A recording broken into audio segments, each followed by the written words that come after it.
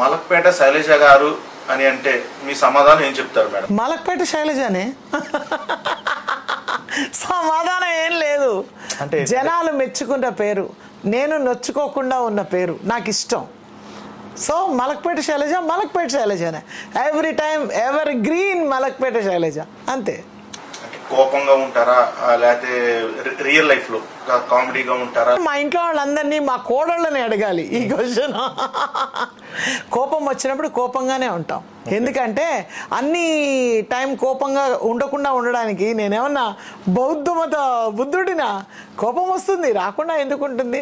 Situation, సందర్భానుచితం, దాన్ని బట్టి వస్తుంది. కావాలని కోపగించుకొని మనిషిని సాడిస్ట్ లాగా మనం టార్చర్ చెయ్యంగా. అంతే. మీరు ఏదైనా సోషల్ వెల్ఫేర్ యాక్టివిటీస్ లో పార్టిసిపేట్ చేశారా? సోషల్ వెల్ఫేర్ యాక్టివిటీస్ వాళ్ళు పిలిచారు, నన్ను పిలిస్తే పార్టిసిపేట్ చేశాను. ఏంటి, వాళ్ళకి ఉపయోగపడేలాగా ఇచ్చేసాను. ఓ తంబోలాకి వాళ్ళు ఆడుకుంటూ ఉంటే నేను వెళ్ళేదాన్ని, నేను వెళ్ళి నేను ఆడిస్తాను, నా ఫ్లేవర్ వాళ్ళకి చూపిస్తాను అని చేసేదాన్ని. అంతే. కొన్ని మొక్కలు పెంచుతున్నారని మీటింగ్ పెట్టి అలా ఏవో చేశారు. దాంట్లో కూడా అంతే, సరదాగా గెస్ట్గా వెళ్ళాను. అంతే తప్పితే మనం పోయి పార్టిసిపేట్ చేసి మనం ఏదో అన్నం పెడుతున్నట్టు ఫోజులు ఇచ్చి, ఫోటోకి ఫోజులు ఇచ్చి అలాంటివి ఏం చెయ్యను నేను. నాకు ఫస్ట్ నుంచి అలవాట్లేదు. మేడం, మీరు షూటింగ్ జరిగేటప్పుడు జనరల్ గా చాలా సేపు జరుగుతూ ఉంటుంది షూటింగ్స్ తో పాటు. సో వాటికి వచ్చేసరికి మీరు చాలా రకరకాలుగా కాస్ట్యూమ్స్ కానీ లేకపోతే కాస్మెటిక్స్ కానీ ఇవన్నీ ఉంటాయి కదా, ఇవి మీరే క్యారీ ఫార్వర్డ్ చేసుకుని తీసుకెళ్తారా లేకపోతే ప్రొడక్షన్ హౌస్ ప్రొవైడ్ చేస్తారా? ఎలా ఉంటుంది అసలు? క్యారీ ఫార్వర్డ్ అంటే మనకి బట్టలు మాత్రం మనమే తీసుకొని వెళ్ళిపోయేవాళ్ళం. ఇంకా విగ్గులు ఇట్లాంటివన్నీ నా పర్సనల్ ఉంటాయి, నేనే చేయించుకున్నాను, వాళ్ళ దగ్గర లేదు. ఇదివరకు స్టార్టింగ్లో మాత్రం వాళ్ళే పెట్టేవాళ్ళు, పెట్టి రెంట్లు కట్టుకునేదనమాట. వాళ్ళే రెంట్లు కట్టుకునేవాళ్ళు, మనకు సంబంధం లేదు. స్టిల్ ఇప్పుడు వచ్చిన సీరియల్స్లో మీరు ఏది కొనుక్కొని ఏది పెట్టుకున్నా కూడా అది మీకే. ప్రొడక్షన్ హౌస్కి సంబంధం లేదు. ఒక స్పెట్స్ కొను అది మీదే, ఒక దండ కొను అది మీదే. వాళ్ళకి సంబంధం లేదు, వాళ్ళు ఏమి ఇవ్వరు కూడా, ఓన్లీ రెమ్యునరేషనే. ప్రీవియస్ అలా కాదు. ఈటీవీలో బట్టలు గిట్టలు బ్లౌజెస్ ఇట్లా అన్నీ ఇచ్చేవాళ్ళు. సారీస్ ఈటీవీలో వాళ్ళు కూడా నాకు ఇచ్చారు కొన్ని. నేను బ్లౌజులు తీసుకుపోయేదాన్ని, ఫిట్టింగ్ అది మనకు బాగుంటుంది కదా అని. దాని తర్వాత ఇంకా మిగతా వాళ్ళు ఏ కంపెనీలలో మనకు అంత ప్రొవైడ్ చేయాలి. ఎవ్రీథింగ్ ఇది మనమే. మేకప్ మెటీరియల్ ఇట్లాంటివన్నీ వచ్చేసి మేకప్ మ్యాన్ల దగ్గర ఉంటాయి, మనం తీసుకొని మనం యూజ్ చేసుకొని పెట్టేయచ్చు. క్షణాల మీద వాళ్ళు వస్తారు, ఇస్తారు మనకి. టచ్అప్కి బాయ్ కూడా, నేను అసిస్టెంట్ కూడా లేకుండా చాలా ఏళ్ళు చేశాను. అసిస్టెంట్ నమ్మకం నాకు ఇష్టం ఉండేది కాదు. ఆడవాళ్ళ బట్టలు అవన్నీ మడతేయడం అసహ్యంగా ఉంటుంది, నా మగపిల్లలు నాకు ఇష్టం లేదు అనేదాన్ని. ఈ టచ్అప్తోనే మీ జీవితం 500, 400, 300, 200తోనే ఆగిపోకూడదు. మంచి భవిష్యత్తు ఉంది. ఇదే మీడియాలో మీరు ఇంకేదైనా పని నేర్చుకోండి. ఓ మేకప్ మ్యాన్ అవ్వండి, ఒక ఇస్త్రీ ఐరన్ బాక్స్ లేదంటే సెట్ బాయ్ లాగా వర్క్ చేయండి. అది కష్టమైన పని. అది దాంట్లో మీకు లైఫ్ లాంగ్ పిల్లలు పెళ్ళిళ్ళు అయిపోయినా కూడా మీకు పలానా చోట నేను సెట్ బాయ్గా పనిచేశాను, పలానా చోట ప్రొడక్షన్ లాగా నేను ఉన్నాను, పలానా చోట మేకప్ అసిస్టెంట్ లాగా ఉన్నాను అని చెప్పుకోవడానికి ప్రౌడ్గా ఫీల్ అవుతారు. అసిస్టెంట్ ఏంట్రా ఇది అని నేను చాలామందిని అలా చెప్పి పంపించేసేదాన్ని. ఒక కెమెరా అసిస్టెంట్ అది ప్రౌడ్. రేపన్న రోజు 20 ఏళ్ళు 18 ఏళ్ళు ఎదిగిన బిడ్డలు ఈ టచ్అప్ బ్యాగ్ వేసుకొని తిరుగుతూ ఉంటే ఎవరికి నష్టం? తల్లిదండ్రి 20 ఏళ్ళు వస్తే గుండెల మీద భారం. అది కొడుకు అంత ఎత్తేదిగాడు, వాడు ఏదైనా చేస్తున్నాడా లేదా అని. సిటీకి వెళ్ళి బతుకుతున్నారంటే ఏం బతుకుతున్నారు, ఏం చేస్తున్నారు? ఫారెన్ పోయి పెట్రోల్ బంకులో పెట్రోల్ పోసుకున్నట్టు ఉంటుంది అది. అంతే కదా. నాకు అసలు అట్లా ఇష్టం లేక నేను అసిస్టెంట్లను పెట్టుకునేదాన్ని కాదు. మేడం, సపోజ్ జెన్యున్ గా ఒక పర్సన్ ఉన్నాడు, అతనికి రియల్ గానే ఒక ప్రాబ్లం ఉంది, జెన్యున్ గా అతను ఏదో ప్రాబ్లం ఫేస్ చేస్తున్నాడు, అతను ఆ ప్రాబ్లం ఫేస్ చేస్తున్నాడని మీకు తెలిసింది. ఆ ప్రాబ్లం మీరు సాల్వ్ చేయగలిగిన ప్రాబ్లమే, మలక్పేట శైలజ గారు సాల్వ్ చేయగలిగిన ప్రాబ్లం అయ్యి ఉండి అతను వచ్చి మిమ్మల్ని అప్రోచ్ అయితే మీరు అతనికి హెల్ప్ చేస్తారా లేదా? ఆ హెల్ప్ చేయాల్సిన ప్రాబ్లం ఏదైతే ఉందో మనీ మ్యాటర్తో ఉంటే నేను చేయలేను, మాట సాయంతో ఉంటే చేయగలను. మనీ మ్యాటర్తో ఉంటే చేయలేను అని ఎందుకు చెప్పానంటే, నేను కూడా పిల్లలు, మనవాళ్ళు, మనవరాళ్ళు, కోడళ్ళు వీళ్ళ దగ్గరే ఉన్నా. ₹1 సంపాదించడానికి ఎన్ని అవస్థలు పడ్డానో నాకు తెలుసు. సో ఆ రూపాయి తీసుకొచ్చి పిల్లల్ని పోషించాను, పెద్దోళ్ళు అయిపోయారు, అంతా అయిపోయింది, వాళ్ళు జాబులు చేస్తున్నారు, అంతా ఓకే. నేను తీసుకొచ్చిన రూపాయి కూడా వాళ్ళకే ఇచ్చేస్తున్నా, వాళ్ళ ఆధ్వర్యంలోనే ఉన్నా. సో మళ్ళీ వాళ్ళని రిటర్న్ అడిగే ఉద్దేశం అయితే, నేను అతను వచ్చాడు అనుకో ఏదైనా హెల్ప్ చేయమంటే, ఒరే తను వచ్చాడు 10 మందిని అడుగుతాడు, ఓ 1000 రూపాయలు 500 2000 ఎంతో మనం తోచినంత ఇచ్చి పంపించేద్దాం అని అంటే అంతవరకు ఓకే. మమ్మీ ఓ 1,00,000 రూపాయలు ఇవ్వాలి, 50,000 ఇవ్వాలి, సూరిటీలు సంతకాలు పెట్టాలి, వీళ్ళకి అప్పు ఇవ్వాలి, మళ్ళీ ఇస్తారంట, ఏదో పేపర్స్ తీసుకొచ్చి ఇంట్లో పెడతారంట, నగలు పెడతారంట, ఇలాంటివి ఏది కూడా నేను ముందుకు స్టెప్ కూడా వేయను. ఎందుకంటే నాకు నెత్తి మీద వేసుకునే భారము అది ఎక్కువ అయిపోద్ది. నేను పోయి నా ఏజ్ కూడా కాదు, నేను తిరిగి తర్వాత వసూలు చేసుకుందాంలే, తీసుకుపోయినంత తేలిగ్గా తిరిగి ఇచ్చడంలో ఉండదు, తిరిగి ఇవ్వడంలో అస్సలు ఉండదు, తీసుకెళ్ళిపోతారు కామన్. చాలామంది షాపుల్లో ఉన్నాం మేడం అసిస్టెంట్స్, నాకు ఒక 2,000 తక్కువ వచ్చింది మేడం గూగుల్ పే చేయండి అని. నువ్వు 2,000 లోపలే కొనుక్కో, ఎందుకు తక్కువ వస్తుంది? నువ్వు 1000 రూపాయల వస్తువు నువ్వు అంతనే కొనుక్కో. అతికి మించి భారం బట్టి దాన్ని తీర్చలేక మళ్ళీ మనం అడిగినప్పుడు తప్పించుకొని, ఫోన్ చేసినప్పుడు ఫోన్ ఎత్తకుండా, ఇలాంటివి నేను స్టార్టింగ్లో ఫేస్ చేశా. తర్వాత రూడ్గా బిహేవ్ చేసుకొని ఎవరికి ఏమి ఇవ్వకూడదు. దానం ఏదైనా చేయాలంటే గ్రూప్ దానాలు ఎవరైనా చేస్తుంటారనుకో, నాది ఒక 500, నాది ఒక 1000 రూపాయలు, దట్స్ ఇట్, చాలు, అంతే. ఓకే, ఇలా చేస్తా అంతే తప్పితే ఎక్స్ట్రాలు ఇవన్నీ కుదువలు గిదువలు అప్పులు ఇవన్నీ ఏమి పెట్టుకోను. మా అత్తగారు చెప్పేవాళ్ళు, కొడక ఒక 100 రూపాయలు సంపాదిస్తే ఆ 100కి 100 అంటే డబ్బుకి డబ్బు సంపాదిస్తుంది అనేవాళ్ళు. సో అదే నేర్చుకునే ఉన్నా, నేను అలాగే ఉన్నా, అంతే. మేడం, మీరు సీరియల్స్లో నటించేటప్పుడు కానీ సినిమాల్లో నటించేటప్పుడు కానీ క్యారెక్టర్స్ చేసినప్పుడు వేటికి ఎక్కువ పేరు వచ్చేది? సినిమాల్లో కన్నా సీరియల్స్కి పేరు వచ్చేసింది. ఎందుకంటే సీరియల్ ఇంట్లో కూర్చొని చూసుకునేది, సో వాళ్ళ ఇంట్లో నేను ఉన్నట్టే. అది కాక నా వాయిస్ వినపడితే అరే మన అమ్మాయి, అరే మన శైలజ గారు, అరే మనోళ్ళు అని తెలిసిన వాళ్ళందరూ చూస్తారు. ఇప్పుడు ఒక అమ్మాయి కనపడుతుంది, వాయిస్ ఎవరిదో, సో వాళ్ళని ఐడెంటిఫై చేసుకోవడం కూడా తక్కువే. నాకు అలా కూడా గుర్తింపు అనమాట, నా వాయిసే నాకు అసెట్. సో అలా గుర్తింపు. సినిమాలు అంటావా, అంత పెద్ద వెండి తెరలో మనం చేసిన ఆ ముక్క కాంబినేషన్లో అక్కడ గుర్తుంటుంది. సినిమాలకు పోయి చూసేవాళ్ళు అప్పుడు చెప్పేవాళ్ళు, నువ్వు పలానా సినిమాలో ఉన్నావు. ఏ 10 రోజులకో వారానికో 15 రోజులకో సినిమాకు పోయినప్పుడు చూసి చెప్పేదానికి ప్రతిరోజు నేను టీవీలో కనిపించేదానికి తేడా లేదు. సో సినిమాల కన్నా నాకు టీవీకే ఎక్కువ పేరు వచ్చింది. ఇప్పుడు టీవీ మీడియా పాపులర్ అయిపోయింది కూడా. ఇదివరకు టీవీ అంటే చిన్న చూపు చూసేవాళ్ళు, ఇప్పుడు టీవీ మీడియానే బెస్ట్ అంటున్నారు. పెద్ద పెద్ద హీరోయిన్లు, పెద్ద పెద్ద వాళ్ళే అమ్మ క్యారెక్టర్లకు, వెబ్ సీరియల్కి అన్నిటికీ వచ్చేస్తున్నారు. మీరు ఈ క్యారెక్టర్స్ చేసినప్పుడు ఏమన్నా మంచి క్యారెక్టర్స్ మీ దాకా వచ్చి వేరే వాళ్ళకి ఇచ్చిన సందర్భాలు ఏమైనా ఉన్నాయా? ఆ టైంలో మీరు ఎలా ఫీల్ అయ్యేవారు? ఉన్నాయి, చాలా ఉంటాయి. ఎందుకంటే ఈ మేనేజర్లు ఏం చేస్తారంటే, వాళ్ళకు నచ్చిన వాళ్ళు, వాళ్ళకి ప్రొడ్యూసర్ చెప్పిన వాళ్ళు ఎవరైనా ముందు మాకు చెప్పేస్తారు. చెప్పిన తర్వాత తీరా కెమెరా ముందు కూడా పోయిండము, ఇంకా ఆ రోజు ఇంకా రేపట్లో బయలుదేరుతాము అన్న రోజు, మేడం ప్రొడ్యూసర్ గారి వాళ్ళ మనిషి ఉన్నారట ఫ్రెండ్స్, వాళ్ళని వేయమన్నారండి క్యారెక్టరు అని అన్నారు. అలాంటప్పుడు అయ్యో మనం అంతా ప్రిపేర్ అయిపోయాం, అన్ని క్యారెక్టర్ అనగానే ఇది అని అన్నీ రెడీ చేసేసుకున్నాం కదా, ఇప్పుడు మనకు పోయిందే అని ఫీలింగ్ ఉంటుంది కదా. ఓ పక్క డబ్బు లాసు, ఆ సినిమాలకు వస్తుంది కదా అని అనుకున్నది లాసు, నెక్స్ట్ మంచి క్యారెక్టర్ మిస్ అయిపోయామే అన్న ఫీలింగు కామన్గా ఉంటుంది.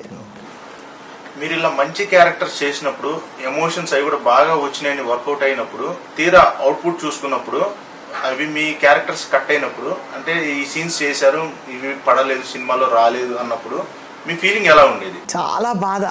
ఎందుకంటే ఎగ్జాంపుల్ చెప్తాను. ఇంద్రా సినిమాలో తులసి కోట దగ్గర ఒక సీన్ ఉంది, ముఖేష్ ఋషి గారి సీను చిరంజీవి గారితో. ఆ మేనేజరు నన్ను అడిగాడు, నేను అప్పుడు ఆపరేషన్ అయ్యింది, హాస్పిటల్లో ఉన్నా. మొక్కే కదా పీకేస్తే పీక కోస్తా అన్న డైలాగు ఇప్పటికీ ఆ సినిమా చూసినప్పుడల్లా నన్ను పిలిచారు కదా ఇందిరా సినిమాలో, ఏ క్యారెక్టరో తెలీదు, ఆ క్యారెక్టరో తెలీదు, కానీ ఇదే అయి ఉంటుంది, నా ఫిజిక్ ఇదే, ఈ క్యారెక్టర్ అని నేను అనుకుంటూ ఉంటా. సో బాధేస్తుంది, అలా గుర్తుండిపోతాయి. మరి మీరు ఎలా తీసుకుంటారు ఆ సందర్భాన్ని? ఏం చేస్తాం ఓ 10 రూపాయలు దొరికితే తీసుకొని పోతాం, కానీ దొరకకపోతే నాకు 10 రూపాయలు దొరకలేదు పిక్కోంగా, అది కూడా అంతే. మలక్పేట శైలజ గారు ఎంత సంపాదించారంటే ఏం చెప్తారు? మంచి ఫ్యామిలీని సంపాదించుకున్నారు, మంచి పిల్లలకి బ్రహ్మాండమైన చదువు చెప్పించారు, వాళ్ళు కూడా అద్భుతమైన పొజిషన్స్లో ఉన్నారు. ఇదే చెప్పుకుంటాను. ఎందుకంటే నేను కష్టపడి పిల్లల్ని ఎంతవరకు తీసుకొచ్చానో ప్రతి ఓల్డ్ ఆర్టిస్టులకు తెలుసు. ఎప్పుడు పిల్లల చదువు అని మొత్తుకునేదాన్ని. సో వాళ్ళ చదువుకి నాకు వేరే వెనకాల నుంచి బ్యాక్డ్రాప్ ఏదీ లేదు, సపోర్ట్ చేయడానికి కూడా లేదు. నా ఇండస్ట్రీయే కారణమైంది. ఈవెంట్స్ ఇండస్ట్రీ, గుండు హనుమంతరావు గారు, ఇవే కారణమయ్యాయి. సో ఆ కారణం నా పిల్లలు. అంటే ఆ రూపాయి వాళ్ళ మీద పెట్టుబడి పెట్టింది. ఇప్పుడు వాళ్ళు ఉద్యోగాలు చేసి వాళ్ళు సంపాదించిన వెలుగులో నేనున్నా. ఆ రోజు బస్సులో పోయిన దాన్ని ఈరోజు నా కొడుకులు ఇద్దరు కార్లలో పంపిస్తున్నారు నన్ను. అంటే ఆ పెట్టిన మొక్క పెద్దదై వటవృక్షం అయింది. ఇదే చెప్తా. మరి మీ ఫైనాన్షియల్ ప్లానింగ్ ఎలా ఉంటుంది మేడం? ఎప్పుడు కూడా నాన్న దుబారా అనేది ఎక్కువ చేసుకోకూడదు. దుబారా అంటే ఓ 10 రూపాయలు సంపాదిస్తే ఒక 5 రూపాయలు మినిమం దాచిపెట్టుకోవాలి. ఒక 3 రూపాయలు మనకు కావాల్సిన తిండి దాంట్లో చూసుకోవాలి. ఒక రూపాయి మాత్రం మనకి ఏదైనా అవసరం ఉన్న బట్ట గిట్ట ఏదైనా కొనుక్కోవాలి.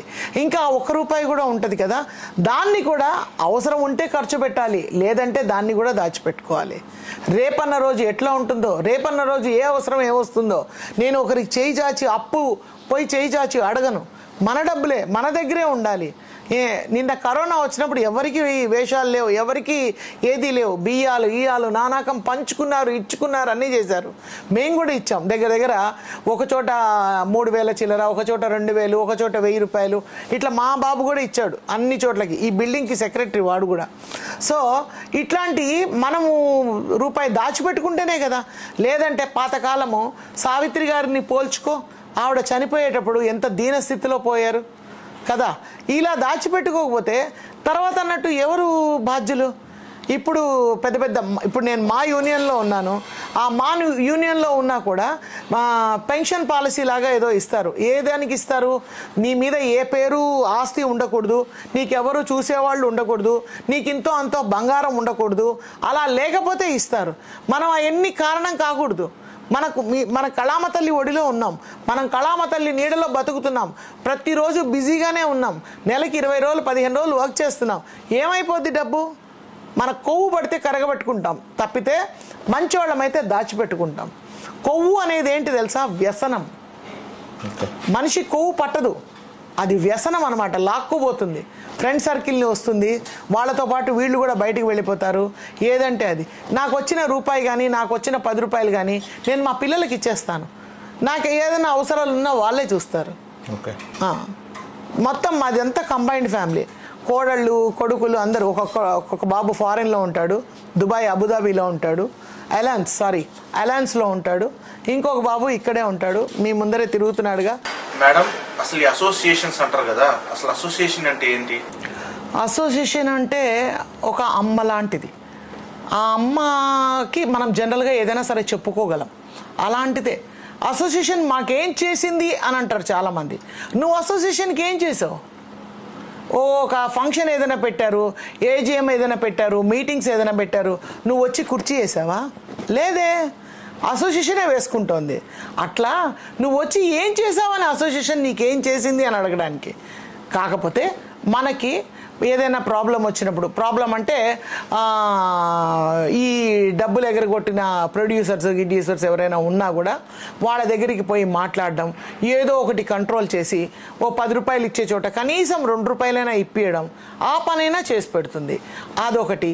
నెక్స్ట్ మనం ఉన్నాము అని పెద్ద సపోర్ట్ అనమాట అసోసియేషన్, అదొకటి. నెక్స్ట్ మనం 10 మందికి, ఇప్పుడు 900 మంది ఉన్నారు, 900 మందికి మనం చెప్పాలంటే చెప్పలేం. సో అసోసియేషన్లో మనము చెప్పగలిగే ఒక్క మాట ఆ 900 మందికి మనకి లైన్ కట్టేస్తుంది, చెప్పేస్తుంది. అలా మన ఇల్లు మన అసోసియేషన్ అంటే మనది అంతవరకే.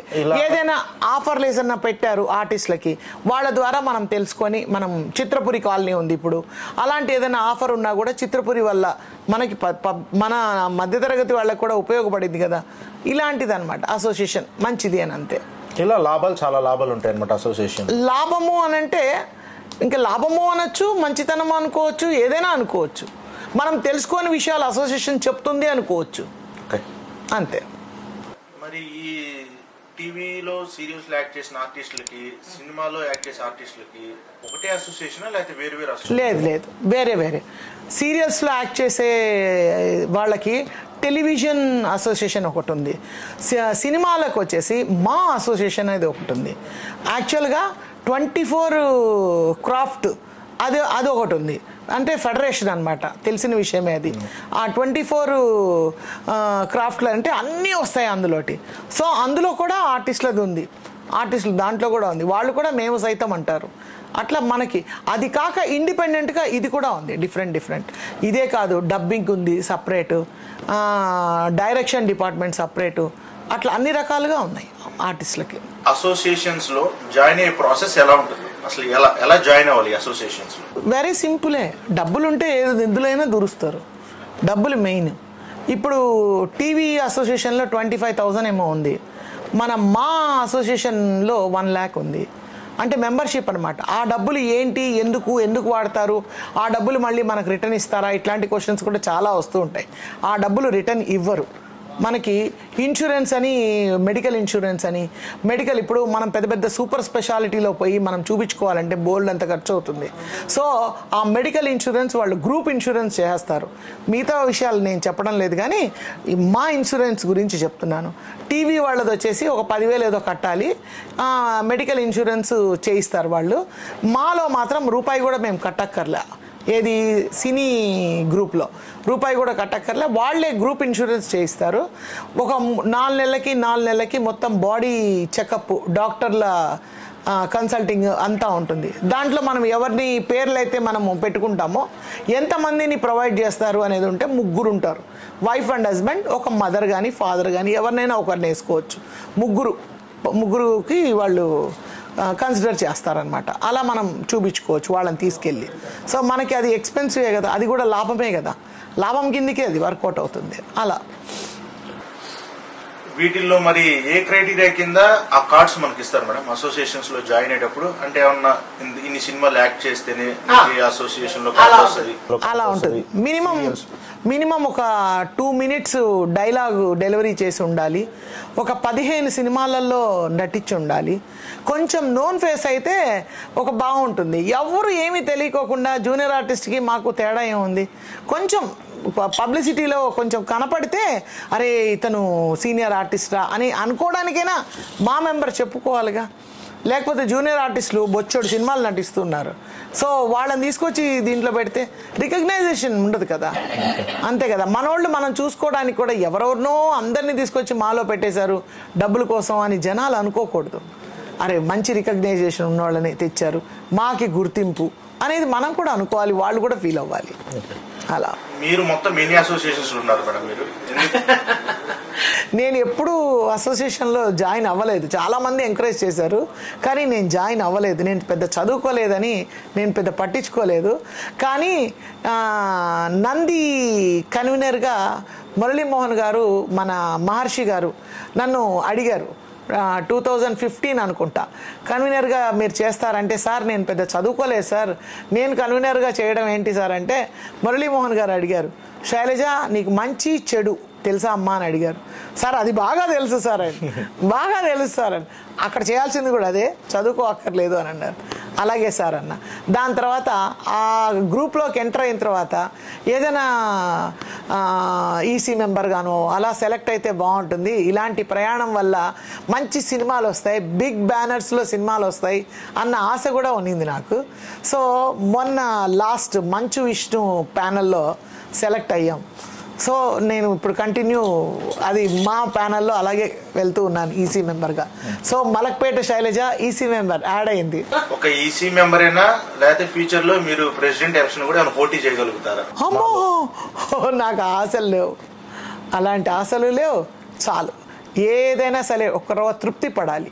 ఆ తృప్తి మనకి వెగుటు కాకూడదు. జనాలకు కూడా చిచి ఏమిట్రా ఇవిడు ఇంత ఆశపోతా అని వాళ్ళు కూడా అనుకోకూడదు. చాలు, భగవంతుడు ఇచ్చాడు, ఇది ప్రసాదం అనుకోవాలి, చాలు.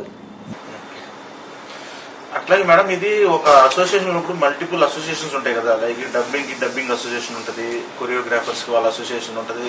ఒక పర్సన్ ఒకవేళ మల్టిపుల్ అసోసియేషన్స్ లో ఉంటే వాళ్ళు ప్రొవైడ్ చేసే సర్వీసెస్ ఒక పర్సన్కి అందుతాయా అన్ని అసోసియేషన్స్ నుంచి, లేకపోతే ఎవరో ఒకళ్ళే ఇచ్చేవి అందుతాయా? ఎట్లా ఉంటుంది ఆ ప్యాటర్న్? అలా ఇప్పటివరకు నాకు కూడా అది తెలీదు.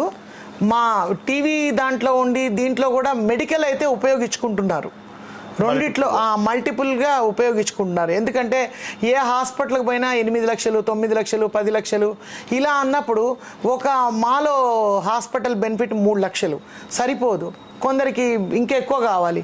టీవీ దాంట్లో కూడా ఒక 3 లక్షలు అట్లా ఉన్నింది అనుకో, అది కూడా తీసుకుంటున్నారు. అట్లా మల్టిపుల్ చేసుకుంటున్నారు. మిగతా దాంట్లో తెలియదు, నాకు అంత ఇదిగా తెలియదు. మేడం, మీకు ఇండస్ట్రీలో ఎవరైనా క్లోజ్ ఫ్రెండ్స్ ఉన్నారా?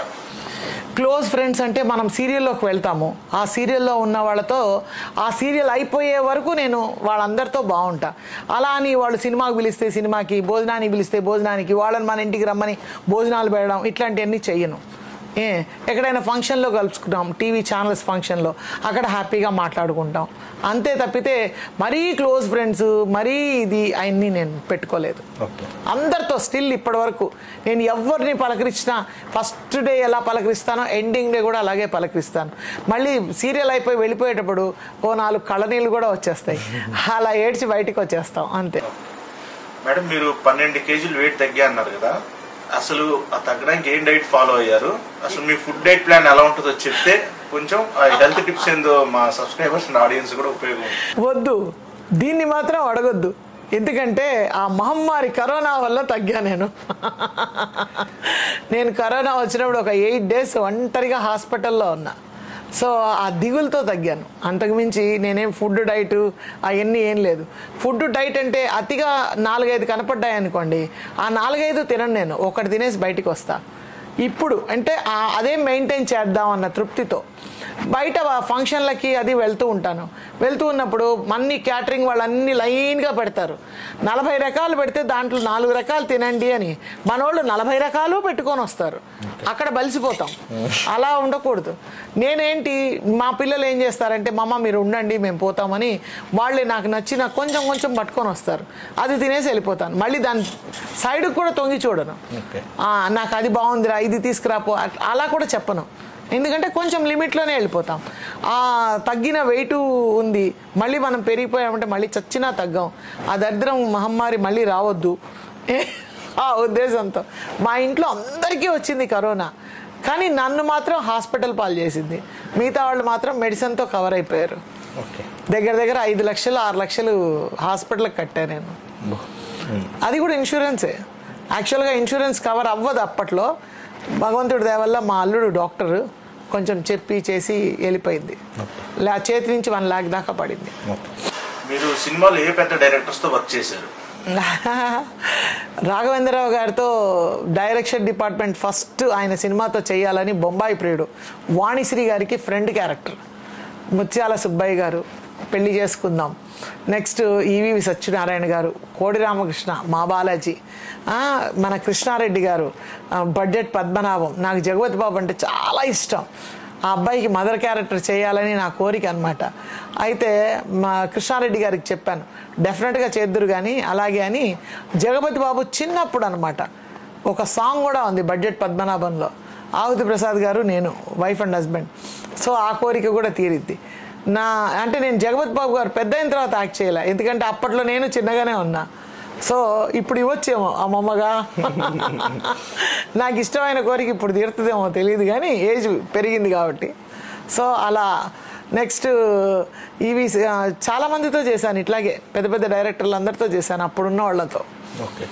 బాపినేడు గారు, విజయ బాపినేడు గారు, ఆయనతో కూడా చేశాను. మేడం మీరు శాంతి నివాసం సీరియల్లో కూడా వర్క్ చేశారు కదా, అప్పుడు మీరు రాజమౌళి గారితో కూడా కలిసి పనిచేశారు కదా, అప్పుడు మీరు ఊహించారా రాజమౌళి గారు ఇంత స్టేజ్కి వస్తారని చెప్పి? అసలు ఆయన వర్కింగ్ స్టైల్ ఎలా ఉండేది? బాబోయ్, ఆ అబ్బాయి మామూలుగా ఒక షాట్కి ఎంత టైం పెట్టి ఎంత చెక్కేసేవాడు. మన రాజీవ్ కనకాల సమీరు వీళ్ళు పెట్టారు ఆ పేరు జక్కన్న అని. అంటే చెక్కుతూ ఉండేవాడు, ఆ సీన్ని చెక్కుతూ ఉండేవాడు. నా అదృష్టం రాజమౌళితో దాంట్లో హీరో ఫాదర్ని హీరో మదర్ని రాజీవ్ కనకాల నా సన్ అనమాట. రంగనాథ్ గారికి వియ్యపురాల్ని. మంచి సీరియల్ అది కూడా, 1 year దగ్గర అంత రాలేదు కానీ నాకు ఒక 6-7 నెలలు వచ్చి ఉంటుంది క్యారెక్టర్. తర్వాత మళ్ళీ ఇక మెయిన్ హౌస్లోకి వెళ్ళిపోయిందంతా. ఆ రాజమౌళి గారితో వర్క్ చేసిన అదృష్టం అదే నాకు మెమరబుల్. తర్వాత మళ్ళీ సినిమాలు అంటావా, నేను ఎప్పుడైనా పోయి కలిశాను రాజమౌళి గారిని. కలిస్తే శైలజమ్మ గారు మీరు ఎందుకండి వస్తారు, మీరు గుర్తున్నారు అని అంటాడు. కానీ గుర్తుంటే రావాలిగా క్యారెక్టర్. సో అదృష్టం రాలేదు, ఇంకా వెయిటింగ్.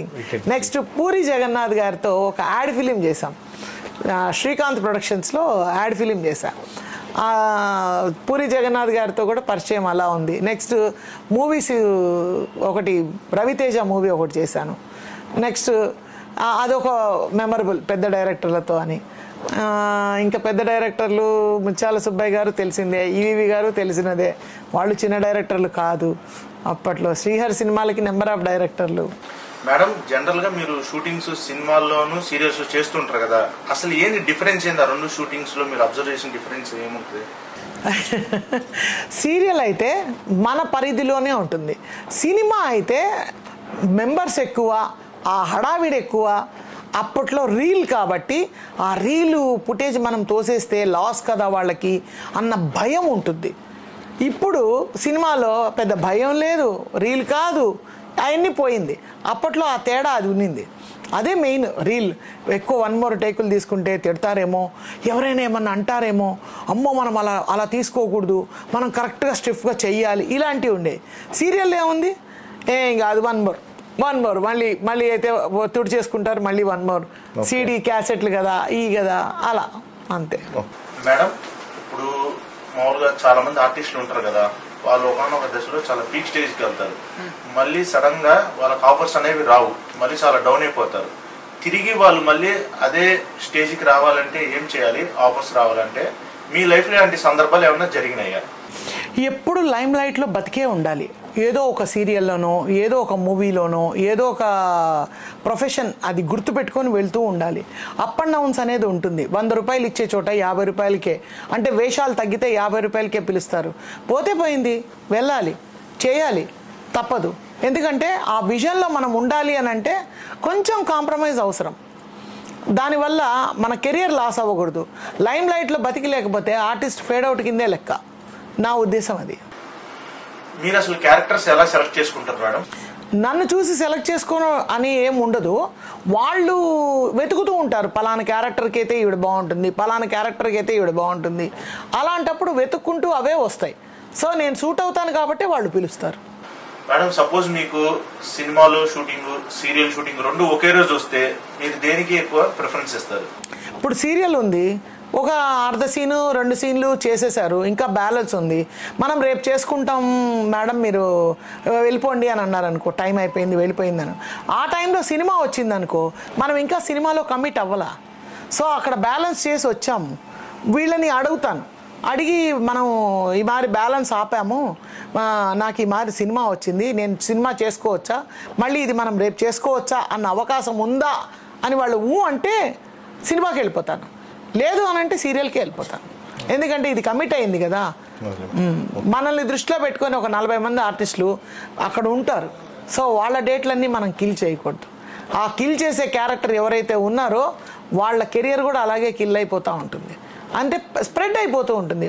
డేట్లు ఇస్తారు, ఇవిడ సరిగా చెయ్యరు, డేట్లు మనకిచ్చి వేరే వాళ్ళ దగ్గరికి పోతారు, ఇలాంటి ప్రాపకాండ వస్తుంది. సో అలాంటివి తెచ్చుకోకూడదు. అదే చచ్చిపోయినట్టు సగం క్యారెక్టర్. ఆవిడ మంచిదా చెడుదా, ఈవిడ నిలకడ మీద ఉంటుందా అనేది జనాలకు అర్థమవుతుంది. మేడం మీది ఉమ్మడి కుటుంబం అని చెప్పి విన్నాను. సో ఈ రోజులో అసలు ఉమ్మడి కుటుంబాలే ఉండట్లేదు కదా, మరి మీరు అసలు ఎలా ఉంటున్నారు ఇంతమంది కోడళ్ళతో? అత్త కోడళ్ళు అంటేనే మామూలుగా అసలు పడదు కదా, సో మీరు అసలు ఎట్లా ర్యాపో మెయింటైన్ చేస్తున్నారు? మంచి క్వశ్చన్ ఇది కూడా. ఉమ్మడి కుటుంబాలు ఎందుకు వద్దు అంటారంటే, ఒక భార్య అంటే పెళ్ళైపోయినా వచ్చిన అమ్మాయి భర్త మాత్రమే తెలుసు, ఇంట్లో వాళ్ళు ఎలా ఉంటారు, ఇంట్లో ఎలా జరుగుతుంది, వాళ్ళందరినీ నేను అడ్జస్ట్ అవుతానా లేదా, వాళ్ళందరితో నేను మింగిల్ అవుతానా లేదా, వాళ్ళు నన్ను మెచ్చుకుంటారా లేదా, వాళ్ళకి ఏమైనా నొచ్చుకునే పనులు నేను ఏమైనా చేస్తానో అన్న భయం మూట కట్టుకొని వస్తుంది. కేవలం భర్తకు మాత్రమే స్పేస్ ఇచ్చి ఉంటుంది. అంటే అతను తెలియని వ్యక్తి, నా మనిషి అనే ముద్ర తనకు ఉంటుంది. సో ఇంట్లో వాళ్ళు కూడా 4 రోజులు 5 రోజులు 10 రోజులకి మాటల్లో మాట, ఎందుకంటే వీళ్ళు కూడా ఆ అమ్మాయిని అడ్జస్ట్ అవ్వాలి. అన్నీ వదిలి పుట్టిన దగ్గర నుంచి అమ్మా నాన్నని వదిలేసి అత్తగారింటికి వస్తుంది, ఎన్నో కోరికలతో వస్తుంది. వచ్చిన మనిషిని రూల్స్ అని రెగ్యులేషన్స్ అని, మా ఇంట్లో ఇలాగే జరుగుతాయి, మా ఇంట్లో ఈ పూజలే చేస్తారు, మా ఇంట్లో ఇలా అన్నం తింటారు, ఇవి కూడా వీళ్ళని నలత పెట్టకూడదు. ఎందుకంటే వాళ్ళు కూడా చూసి నేర్చుకుంటారు. ఇప్పుడు కాలము పిల్లలు చదువుకొనే వస్తున్నారు, చదువుకొని అన్నీ చూసి అన్నీ అబ్జర్వ్ చేసి అన్నీ వస్తున్నారు. చదువుకొని పిల్లలు ఎవ్వరూ లేరు, చూడని పిల్లలు ఎవ్వరూ లేరు, సంసారాల్లో నుంచి వచ్చేవాళ్ళే ఉంటారు అందరూ. సో ఇంట్లో అంతా వాళ్ళకి తెలిసే ఉంటుంది. మనం కూడా వాళ్ళ మీద ప్రెషర్స్ తీసుకురాకూడదు. అరే ఉండని, మన బిడ్డలతో పాటు ఇంకో బిడ్డ వచ్చింది అలా అనుకున్నానే తప్పితే నేను వాళ్ళ కోసం స్పేర్ చేసింది లేదు, వాళ్ళని కష్టపెట్టింది లేదు. ఇప్పుడు వాళ్ళు ఏదైనా కావాలంటారు, కావాలన్నప్పుడు కొన్ని హస్బెండ్కే చెప్తారు. మా ఇంట్లో మా బాబు, పెద్ద బాబు పేరు కృష్ణమణి కుమార్, వాడికే చెప్తుంది మా పెద్ద కోడలు, లేదు ఆ అమ్మాయికి ఏదైనా వాడు తెచ్చియలేదనంటే నేను తెచ్చిస్తాను, నేను తీసుకోమ్మానంటాను. నేను కూడా తెచ్చియలేకపోయాను అనుకో, నువ్వు కొనుక్కోమ్మా, నీకు డబ్బులు పెట్టేస్తాను, డబ్బులు తీసుకో. ఆ అమ్మాయికి ఒక 15,000-20,000 ఎవ్రీ మంత్ ఆ అమ్మాయి పాకెట్ మనీ లాగా పోతుంది. ఆ పాకెట్ మనీ పాకెట్ ఖర్చుకు కాదు, పిల్లల ఫీజులు, పిల్లలకి ఏమన్నా కావాలన్నా డ్యాన్స్ క్లాసులు, ఈ స్కేటింగ్ క్లాసులకి ఫీజులు అలాంటివే పోతాయి. ప్యాకెట్ మనీ అంటే ఎన్ని విధాలుగా వాడుకోవచ్చు, కానీ ఆ అమ్మాయి అలా కూడా వాడుకోదు. పిల్లల గురించి తన గురించి అలాగే చూసుకుంటుంది తప్పితే వేరేగా ఏది వాడుకోదు. ఏదైనా బట్టలు కావాలన్నా ఏది కావాలన్నా అన్నీ కూడా అందరం వెళ్తాం, అందరం కావాల్సినవి కొనుక్కుంటారు, తెచ్చుకుంటారు, ఉంటాం అంతే. సో ఆ డిస్టర్బెన్స్ ఎప్పుడు ఎక్కడా లేదు ఆ పాపకు కూడా. పెద్ద కోడలికి అంతే, చిన్న కోడలికి కూడా అంతే. చిన్న కోడలు కొడుకు ఫారిన్లో ఉంటారు. వాడు మ్యారేజ్ అయినా నుంచి ఫస్ట్ సియాటల్లో ఉండేవాడు. సియాటల్ నుంచి అక్కడ వర్క్ ఫినిష్ అయిపోయింది, వచ్చేసి బెంగళూరులో హెచ్సిఎల్ మీద జాయిన్ అయ్యాడు. హెచ్సిఎల్ దాని తర్వాత హెచ్సిఎల్ వాళ్ళే ఇప్పుడు మళ్ళీ వాడిని అబుదాబి అలయన్స్కి పంపించారు. సో అక్కడ జాబ్ చేస్తున్నాడు. సో వాడు తక్కువ వచ్చినప్పుడు ఉంటాడు, ఉంటే మాత్రం 1 year ఉంటాడు, 6 నెలలు ఉంటాడు. ఉన్నప్పుడు కూడా అంతే, వాడి రూమ్ వాడిది, వీడి రూమ్ వీడిది, పిల్లలు ఇళ్ళలు అందరూ కలుస్తాం. ఎవరైనా బర్త్డేలు, వెడ్డింగ్ యానివర్సరీలు ఎవరి వచ్చినా ఎవరి వీళ్ళ అని ఏమీ చూడం, అందరి వస్తాయి, హోటల్ మీద పడి తినేసి వచ్చేస్తాం. వాళ్ళకి నచ్చింది వాళ్ళు తింటారు, ఫ్యామిలీ మెంబర్స్తోనే ఎంజాయ్ చేస్తాను అంతే. మరి మీకు ఇంత బిజీగా ఉంటున్నప్పుడు మరి మీకు ఫ్రీ టైం దొరికితే మీరు ఎలా స్పెండ్ చేస్తారు? టీవీ చూస్తాను, చక్కగా టీవీ చూస్తాను. మంచి సీరియల్స్, రోజుకు ఒక 5-6 సీరియల్స్ చూస్తాను నేను. నాకు నచ్చిన సీరియల్, నేనున్న సీరియల్ కాదు, నేనున్న సీరియల్ నేను అసలు చూసుకోను. ఎందుకంటే డబ్బింగ్లో నేను నన్ను చూసుకొని వస్తాను, కంటెంట్ నాకు తెలిసిపోతూ ఉంటుంది. సో పక్క సీరియల్లో నాకు ఎవరైనా ఆర్టిస్టులు నచ్చినా, నేను ఎవరు ఏ క్యారెక్టర్ చేసినా వాళ్ళకి ఫోన్ చేసి నాకు నచ్చిన వాళ్ళు అని ఏముండదు, అందరూ ఆల్మోస్ట్ ఆల్ నా సెల్లులో ఉంటారు నెంబర్లు. ఫోన్ చేసి నాన్న చాలా బాగా చేసావు, గుడ్ అని డైరెక్టర్లకు చెప్తాను, ఆర్టిస్టులకు చెప్తాను, కొడుకు క్యారెక్టర్లు వేసిన వాళ్ళకి చెప్తాను. వాళ్ళు వేరే సీరియల్లో ఉన్న అదొక హాబీ, అంటే మంచిని పొగుడుకుంటా అన్నమాట అంతే. మీకు ఇష్టమైన ప్లేస్ ఏది మేడం? ఏదైనా టైం దొరికినప్పుడు ఈ ప్లేస్కి వెళ్ళాలి, ఇది బాగుంటుంది అనిపించే ప్లేస్ ఏమైనా ఉందా? నేను ఫారిన్ పోయొచ్చాను నాన్న, సింగపూర్, మలేషియా ఇట్లా వెళ్ళాను. మీ జీవితంలో ఇంకేమైనా కోరికలు మీకు మిగిలిపోయి ఉన్నాయా? ఏమీ లేవు నాన్న, అన్ని కోరికలు క్యారెక్టర్ రూపంలో మంచి క్యారెక్టర్లు వేశాను. ఒక క్యారెక్టర్ నేను వేయలేదు, జడ్జి క్యారెక్టర్, అది మాత్రం వస్తుంది, ఇంకా కాలం ఉంది, పరిగిస్తూనే ఉన్నాగా, వస్తుంది. అంతేగాని అన్ని క్యారెక్టర్లు వేశాను, అన్ని స్టేజెస్కి వెళ్ళాను, మంచి చోట. నేను ఫ్లైట్ ఎక్కాలనుకున్నాను, ఎక్కాను. మా నాన్న నన్ను హనీమూన్ తీసుకెళ్ళాడు అప్పట్లోనే, ఏది కాశ్మీర్, గుల్మార్గ్, పహల్గాం అలా వెళ్ళాను. సో ఏది లేదు అనేది ఏం లేదు. మా పిల్లలు ఫారిన్కి రమ్మని చంపేస్తూ ఉంటారు. నేను ఇక్కడ సీరియల్స్ని వదిలేసి రాలేనురా, ఇబ్బంది పడతాను. సీరియల్స్ అన్నీ ఆపు మమ్మీ 1 సంవత్సరం అంటారు. లేదు లేదు లేదు లేదు ఆపను. సీరియల్స్ ఆపేసి నేను వెళ్ళిపోయానంటే ఇండస్ట్రీకి దూరం అయిపోయినట్టే. మళ్ళీ నేను తిరిగి మళ్ళీ రావాలంటే ఈ పొజిషన్ నాకు రాదు అని నిజంగా నేను వెళ్ళను. పిల్లల్ని ఇక్కడికి రమ్మంటా, వాళ్ళని చూసుకుంటూ ఉంటా తప్పితే ఇండస్ట్రీని వదిలి కను మరుగైందంటే మనం కనిపించాం. ఫ్యూచర్లో మీరు ఏమవ్వాలని కోరుకుంటున్నారు మేడం? ఇంకేం అవ్వాలి? అమ్మమ్మనయ్యాను, నానమ్మనయ్యాను, ఆర్టిస్ట్ అయ్యాను, మంచి హస్బెండ్కి భార్యనయ్యాను, అమ్మ నాన్నకి మంచి కూతుర్ని అయ్యాను. ఇంకేం కావాలి? ఇంతకు మించిన ఆశలు లేవు. ఇన్నాళ్ళు మీరు మీ ఫ్యామిలీ కోసమే స్ట్రగుల్ అయ్యి మీ జర్నీ అంతా చెప్పారు కదా మేడం. ఫ్యామిలీ కోసం వెళ్ళి మొత్తం వాళ్ళ కోసమే వర్క్ చేశాను, కష్టపడ్డాను, మొత్తం లైఫ్ వాళ్ళు సెటిల్ అవ్వడానికి నేను మొత్తం వర్క్ చేశాను. మీకు టైం స్పెండ్ చేయాలంటే ఇప్పుడు మీకోసం మీరు స్పెండ్ చేసి పనులు చేసుకోవడానికి మీరేం చేస్తారు? నా కోసం నేను స్పెండ్ చేసుకోవాల్సిన అవసరం ఏం లేదమ్మా. పిల్లల దగ్గరే ఉన్నాను, హాయిగా ఉన్నాను, అంతే. నా కోసం నేను చేసుకోవాల్సిన అవసరం కూడా ఏం లేదు. మా పెద్దబాబు కానీ చిన్నబాబు కానీ మిగతా వాళ్ళ పిల్లల గురించి నేను చెప్పను, నా పిల్లల గురించి నేను చెప్తాను. నా కను సైగల్లోనే ఉన్నారు వాళ్ళు. మేడం మీకు ఇష్టమైన ఫుడ్ ఐటమ్స్ ఏంటి? నేనేం డైట్ చేయను, కొంచెం తింటాను అంతే. డైట్ ఏమీ చేయను, జాగ్రత్తగా తింటాను. అంటే జాగ్రత్తగా తింటానంటే మీద పోసుకొని తింటానని కాదు. కొంచెం 4 తినే చోట 1 తింటాను, 2 తినే చోట సగం తింటాను, అంతే. అదే డైట్. డైట్ అనేది ఎన్ని ఏళ్ళు ఎంతకాలం ఏమని నోరు కట్టేసుకుంటావు? ప్రతి ఒక్కటి తింటాను నేను, కాకపోతే కొంచెం తింటాను. ఓకే. మీ ఎంటైర్ లైఫ్ జర్నీలో మీరు నేర్చుకున్న లెసన్ ఏంటి? నన్ను చూస్తూ నా ఇంటర్వ్యూని ఫాలో అయిన వాళ్ళకి ఇంకా నేను లెసన్ వేరే చెప్పక్కర్లే. అది చెప్తే ట్యూషన్ చెప్పినట్టు అవుతుంది. సో నేను ఎలా ఉన్నాను, నేను ఎలా పార్టిసిపేట్ చేస్తున్నాను, నేను ఎలా నా బిహేవియర్ ఏంటి అని తెలుసుకున్న వాళ్ళకి నా లైఫే ఒక లెసన్, అంతే. వాళ్ళు ఇంకా అది చూసి నేర్చుకుంటే వాళ్ళు కూడా మంచి నడవడిక, మంచి ఎదుగుదల, మంచి మాట, మంచి స్మైలీనెస్లు అన్నీ ఉంటాయి. లేదు మేము ఇంతే అంటే వాళ్ళంతే, నేను ఇంతే. ఫైనల్ గా మీరు మా అందరికి ఇచ్చే సందేశం ఏంటి? ఆల్ ద బెస్ట్, అంతే. వ్యూయర్స్ అందరికీ, ప్రవీణ్ అన్నా ప్రగడ ఛానల్ వ్యూయర్స్కి ఈరోజు ఇంటర్వ్యూ చూస్తున్న ప్రతి ఒక్క ప్రేక్షకుడికి కూడా నా హృదయపూర్వక నమస్కారాలు.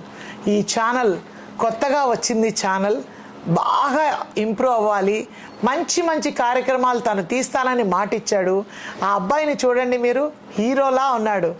బెంగళూరు నుంచి ఎక్కడి నుంచో తీసుకొని చెన్నై నుంచి తీసుకొచ్చే హీరోల కన్నా మన దగ్గర ఉన్న పిల్లాడు. ఇలాంటి వాళ్ళకి ఆఫర్లు ఇవ్వండి, ఇలాంటి వాళ్ళు ఎదుగుదలని మనం చూస్తాం. ప్రేక్షకుల అండనే ఆ అబ్బాయికి శ్రీరామ రక్ష.